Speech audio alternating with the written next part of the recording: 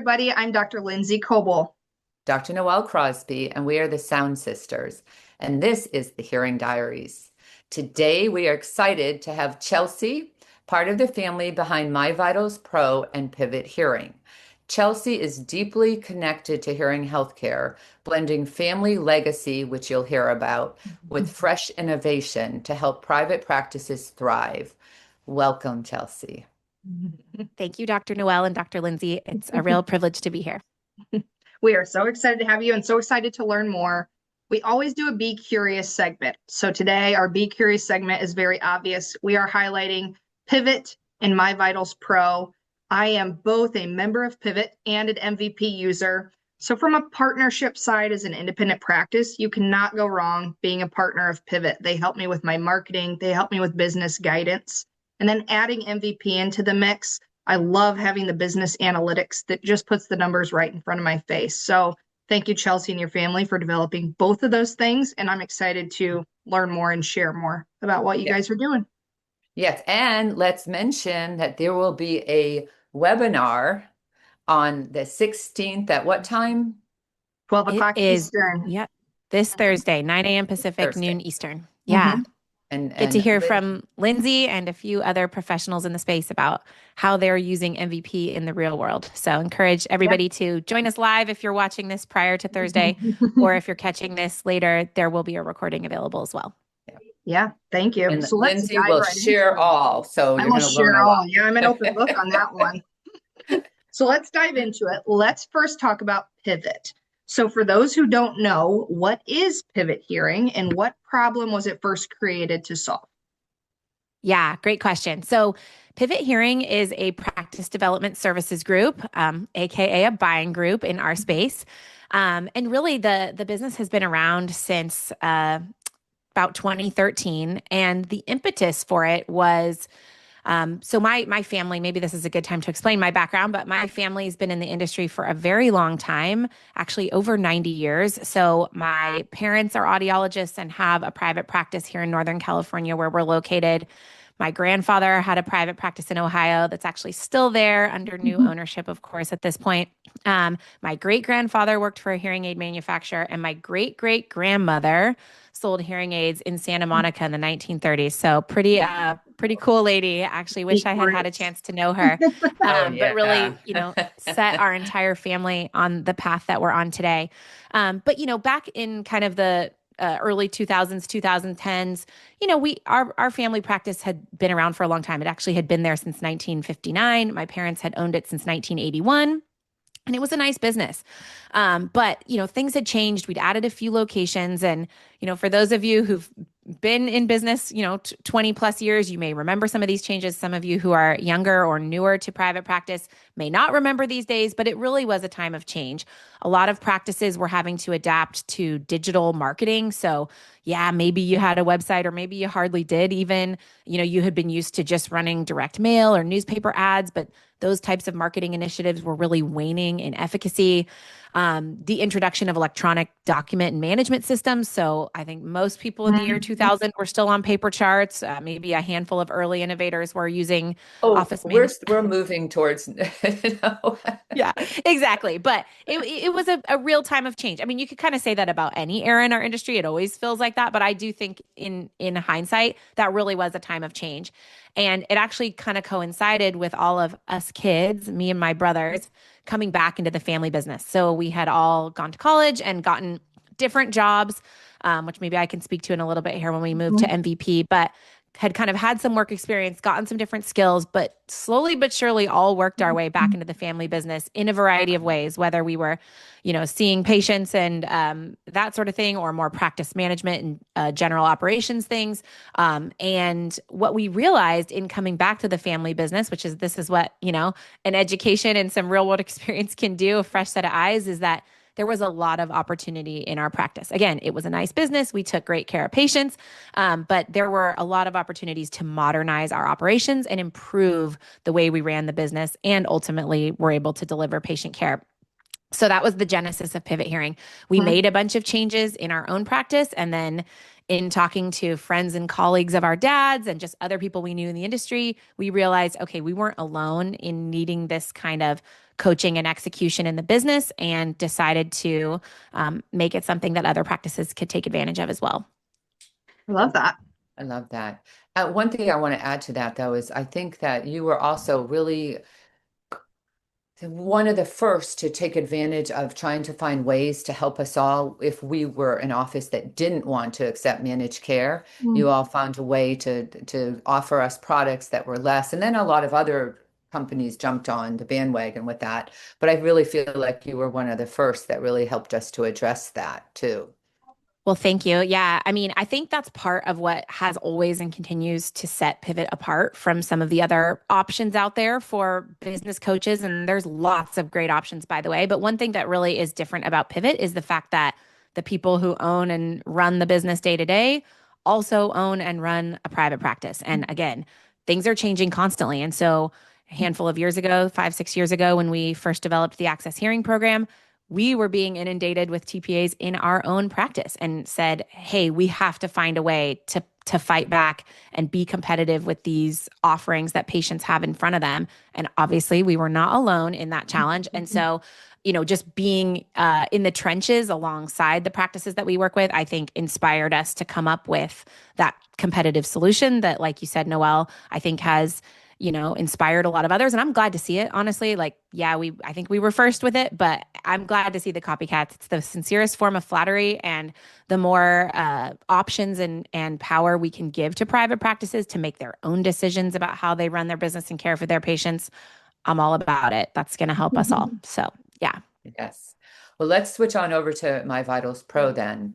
Turning data into decisions, which it is a wonderful program to have. So what led to the creation of the My Vitals Pro? Was it born out of what you saw like with Pivot and then in your own practice? And how did you even think to do something like this? I mean, it's such an undertaking. So talk to us about that. Yeah, for sure. No, it's a great question. I will say, and I'm very bold with this, that business is an accident. We did not sit down one day and say, let's create an analytics company. Or we didn't even sit in a war room and say, where are the biggest gaps for private practice owners in the space? And how can it wasn't any of that. It was simply that we were running our own business, which had grown pretty exponentially in the years leading up to it. So kind of over the last decade, we'd added a number of locations. We'd grown to 7 locations, 13 providers. And trying to manage and understand a business that's scaling like that, it's so different than when it's just one office and everybody's right there in the same physical space and all that. So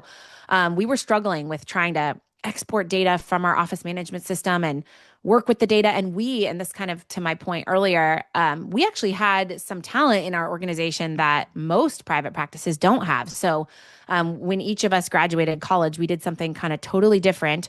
One of my brothers worked in supply chain for a large children's clothing retailer in downtown San Francisco.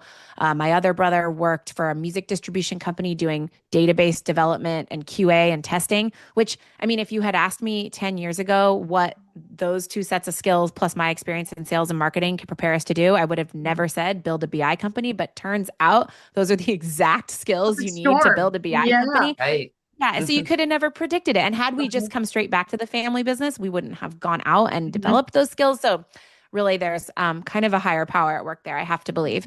But so we said, there's got to be a better way than exporting these spreadsheets and trying to manipulate them. Again, even with the skills that we had, it was taking forever. It wasn't that good.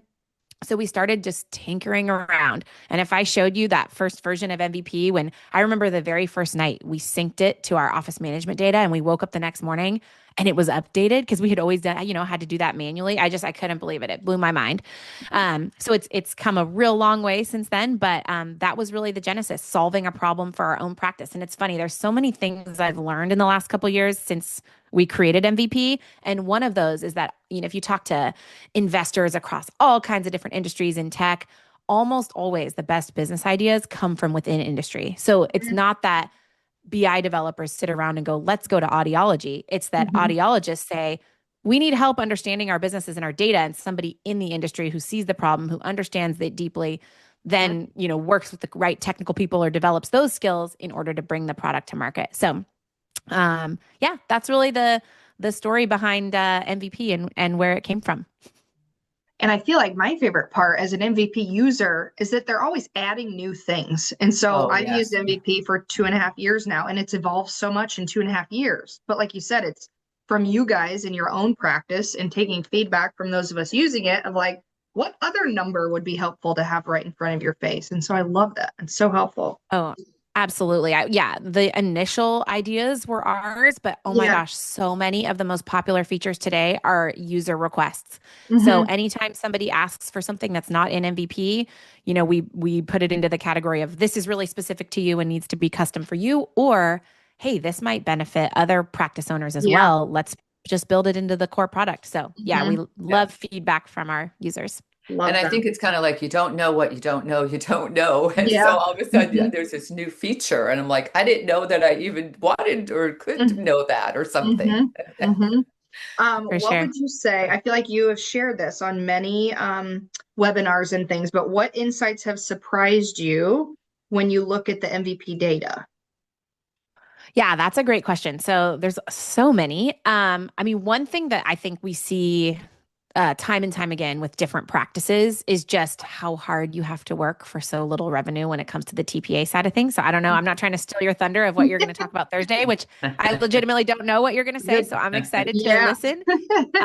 But that's one that, almost always that's a pretty major insight for practices. Again, it's going to depend on the practice and the market and the TPA payers and the other makeup of your business and things like that. But time and time again, when practices are able to see the clinical hours and the units and everything generated by TPAs and then look at it as a percentage of their overall practice revenue and or revenue per hour by patient type, I think that can be pretty illuminating for practices when they're Mm-hmm. making decisions about whether or not to participate and or which plans to participate in or how to incorporate those efficiently and successfully into their overall practice strategy. Mm-hmm. One thing that I think can be really interesting for a lot of practices, and this isn't like a super complex idea, I think MVP just makes it really easy, is just the idea of breaking out your business into new patients versus existing. So we tend to look at units and revenue, and that's all great. But even just dividing that up between new patients and existing, I think is really important because those really are two different segments of your business. It may not feel like that as you're just back and forth all day between these patients, but how we go to market and approach people who've never been into your practice versus people who've already been there, that's just, again, it's almost like two businesses within a business. And I think being able to look at existing versus new patient opportunities and new patients scheduled and referral sources, and then splits between your revenue and your units and your upgrade units and first time units and all of that. Again, not a complex concept, but easily done in MVP. And I think can be pretty insightful as to where you should spend your time and energy. Yeah, very interesting. Another thing I would say that comes up a lot with practices in just looking at their MVP are just provider level stats, right? So just being able to very quickly and easily at a glance understand which providers are strong in certain areas and weak in other areas, and put real data behind that can be super helpful. And again, with the overall goal of always improving that provider's performance. Right. I mean, almost any provider out there has at least one area where they can do better. And for anyone who attended our webinar, the first user stories session we did a month ago, I liked how Eric Elliott brought up the opportunity value calculation, because there are so many things that go into what a provider ends up producing. And there's many different levers that any provider or with their, owner's assistants can pull to improve their overall performance and patient care. So just being able to see things really easily at a provider level, I think can be helpful as well. Good. So a couple things. So if some of those older webinars, if people want to access those, are they still available for people to access? They are. So we pretty much put every webinar we ever do on our YouTube channel. So you can just go to YouTube and look up My Vitals Pro. If there's ever something you're looking for and you don't see it there, just reach out to us, info@My Vitals Pro, and someone will get back to you right away with a copy of the recording. Yeah, of Because now I want to course. go back and watch them. Yeah. And I was Yeah. going to say too, like Jill Caseworm says, numbers, numbers, numbers. I've always kind of not looked at the numbers and acted on them. So that's my next question. How do you help practices move from collecting those numbers and knowing what they are and then getting them to act on them? Yep. And that's the hardest part. So I think, what MVP does really well is take enormous sets of raw data and turn them into insights. We do that by trying to make the data approachable because just like you said, Noelle, not everybody in this industry is wired to like looking at data, is educated to be able to do that. Certain people surely are, and they have always been that way, or they learn to be that way as business owners in this industry. But that's not necessarily how everybody is designed. So we try to make the data really approachable. We do things like put it into visualizations. We use color all over the place. We provide contextualization, or that's basically comparing things so that you understand, is that a good number or a bad number? We do things like alert in real time so that you don't always have to go to the dashboard. You can just be Oh, I've been getting notified. a lot of those lately during my Those summer. can be good or bad. So No, you have to not decide. good.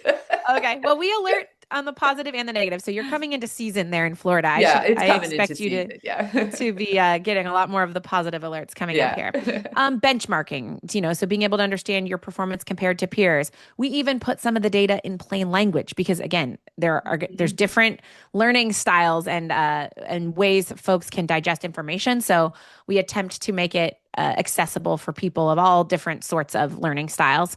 And then, to your point, the biggest thing is and the then what. MVP can go all the way to here's the problem and here's what you need to do. And then somebody still has to take action on it. Maybe someday there'll be like an MVP robot, that Tesla designs or something that comes into your business and executes for you. But until then, you do still have to go do the work. And that's where if you're, the type of owner or manager who's really hands-on in your business and you're going to go do that, great. If you have a buying group or a coach or a mentor or a marketing agency or anybody who can go take action on that for you because you're busy seeing patients and running your business, great. And that's why, with MVP, I want you to, any owner who uses it, give MVP access to anyone who works with you and thinks about your business and helps you with your business, whether that be an accountant or a marketing agency or whoever. We want everyone to have access to it because those insights are there. And then whether it's you as the practice owner or using your team around you, that implementation part is key. Yeah.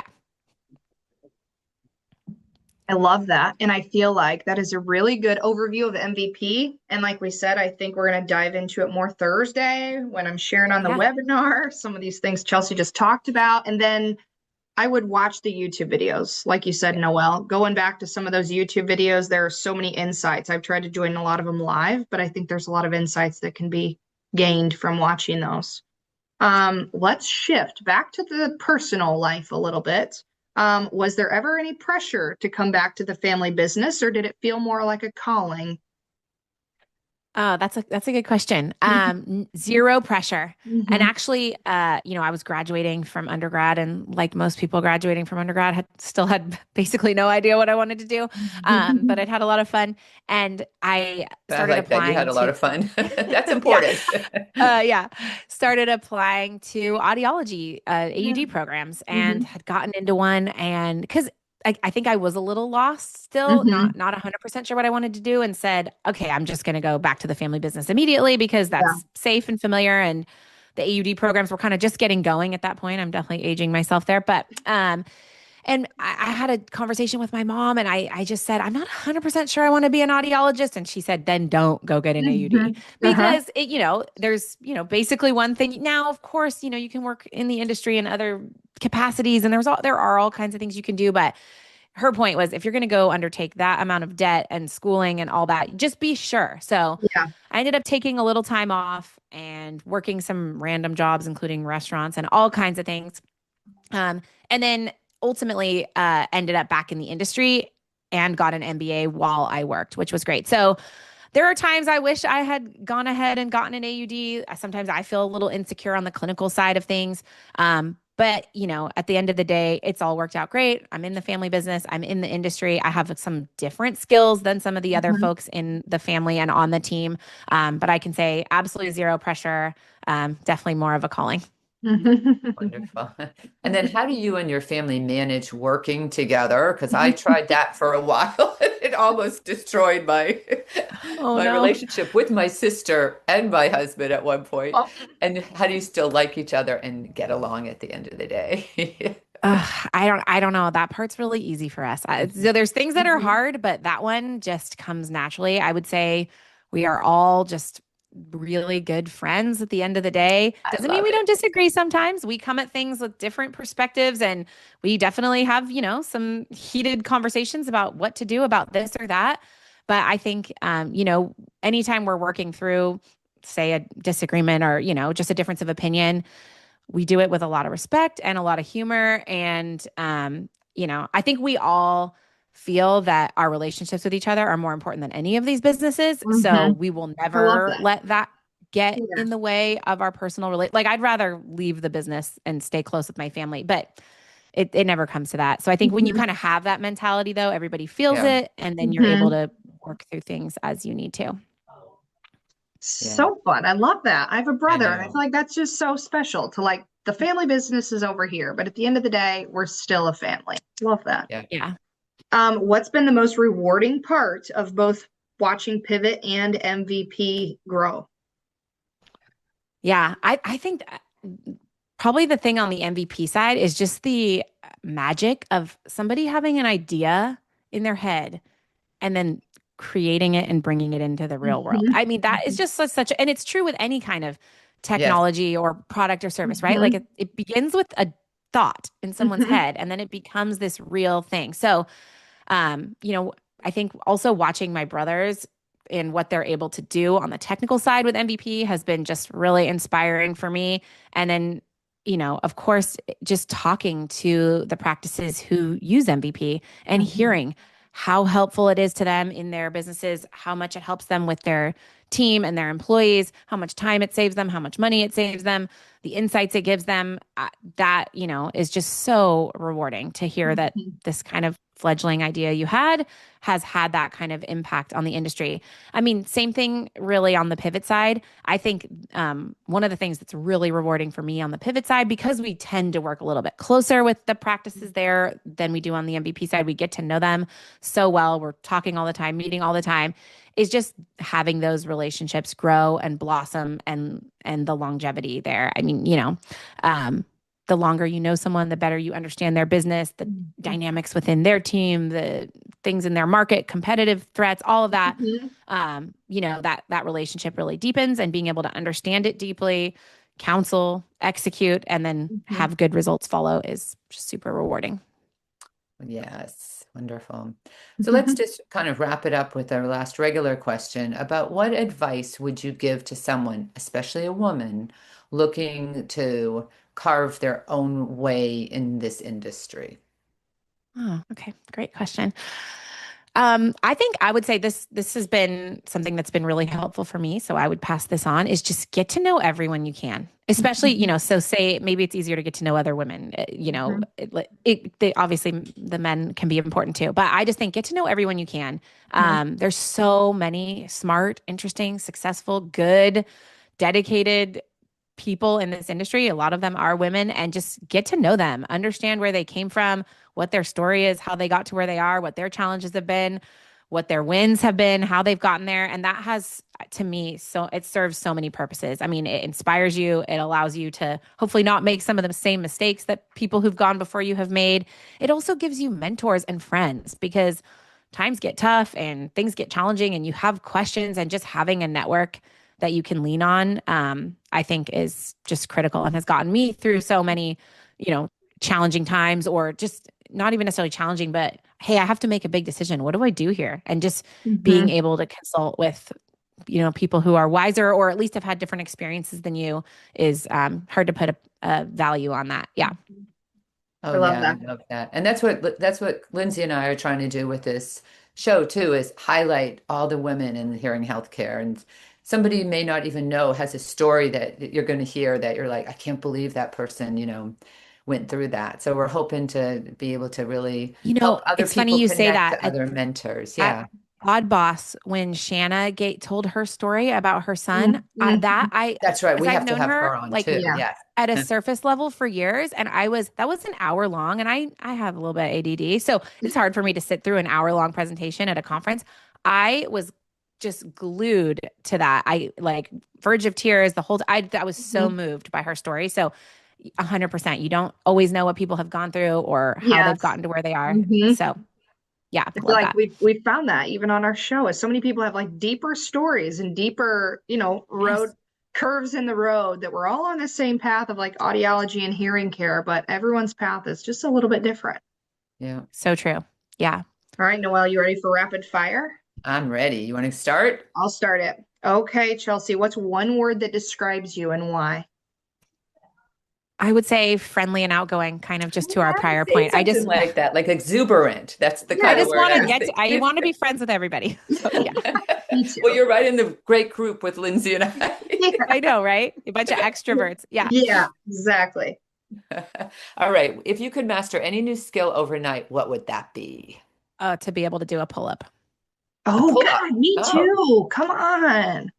My husband thinks it's ridiculous that I'm like, I cannot do that. Yeah, Not I can't do one. one Yeah. either. Not I one. can do my downward dog pretty good, but my Yeah. There you my go. plank. So I'm working on that. Okay, where do you see hearing healthcare 10 years from now? I think we are going to be prospering, especially those of us in, high-end private practices. We're going to be kind of on the tail end of the silver tsunami. I think I stole that term from Dave at Oak Tree. But yes, I think that we are We'll give going him to be, credit. Yeah, yeah, I don't want to, I don't have that trademark. I love Um, that. So I think we're going to all be doing really well. I think there's been some bumps in the road related to stuff that's happening macroeconomically, but I think we're going to get through that and that we're going to be really prospering and delivering excellent care to the patients who choose our practices. Mhm. Yeah. Love that. And I'm going to skip this one for the last, but I'm going to switch over to coffee order that gets you through committee meetings or long meetings, long Zoom meetings. Mm. Yeah. Ice latte, extra shot, light ice. Ooh, there you Really go. strong. Yeah. Yeah. Give it to me Keep strong. you wired. What's one thing our profession could do better for patients or for each other? Oh, That's a good I think question. just, that is a good one. I think always try to lift each other up, and not go after each other based on what professional degree we have or what strategy we take with TPAs or all these different differences between us and differences in our decisions about our own careers and practices. And I think just if we can all lift each other up, we're going to be a lot more successful as a result. And that there's room for differences in our I industry love too. Mhm. Yeah. Yeah, I love that. that. That is a great way of saying goodbye. Yeah. So anyway, Okay, it was so let's a close it great. out now. Yes. Thank you, Chelsea, for joining us on the Sound Sisters, the Hearing Diaries. Your story shines a light on the power of legacy, innovation, and family working together for the good of our profession. From the roots of Pivot Hearing and the insights of My Vitals Pro, you remind us that growth and connection can truly go hand in hand. So thank you so much for joining us and sharing Yes, about both thank you Pivot so and much, MVP. Chelsea. Thanks, Chelsea. And Thank you for we'll having see you me. I next appreciate time. it. See you soon.